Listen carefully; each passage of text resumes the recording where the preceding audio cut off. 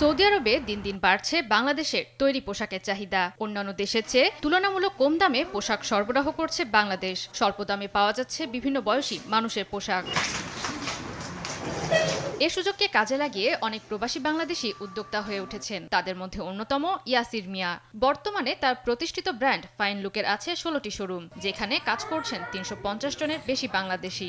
আমরা ব্যবসার প্রথমে যে জিনিসটা আমি খেয়াল করি যে এই দেশে যে পণ্যটা আমি সেল করবো সেটা বাংলাদেশি পণ্য, কারণ ওই পণ্যের সাথে আমার দেশের ভাবমূর্তি জড়িত। সুলভ মূল্যে মানসম্মত পোশাক কিনতে পেরে সন্তুষ্ট ক্রেতারা। উন্নত কাপড় চোপড় এখানে পাওয়া যায় বাংলাদেশি। আমরা যেহেতু বাংলাদেশি, এখানে বাংলাদেশি প্রাইস, কোয়ালিটি, কোয়ান্টিটি উভয়ই ভালো। ইয়াসির মিয়াকে বিচক্ষণ ও দূরদর্শী বলে মন্তব্য করেন কর্মরত কর্মীরা। আমাদের চেয়ারম্যান বিশ্বাস করেন কর্মচারীরাই প্রতিষ্ঠানের সবচেয়ে বড় শক্তি। মধ্যপ্রাচ্যের গণ্ডি পেরিয়ে ইতালিতেও চলছে নতুন শোরুম খোলার প্রস্তুতি।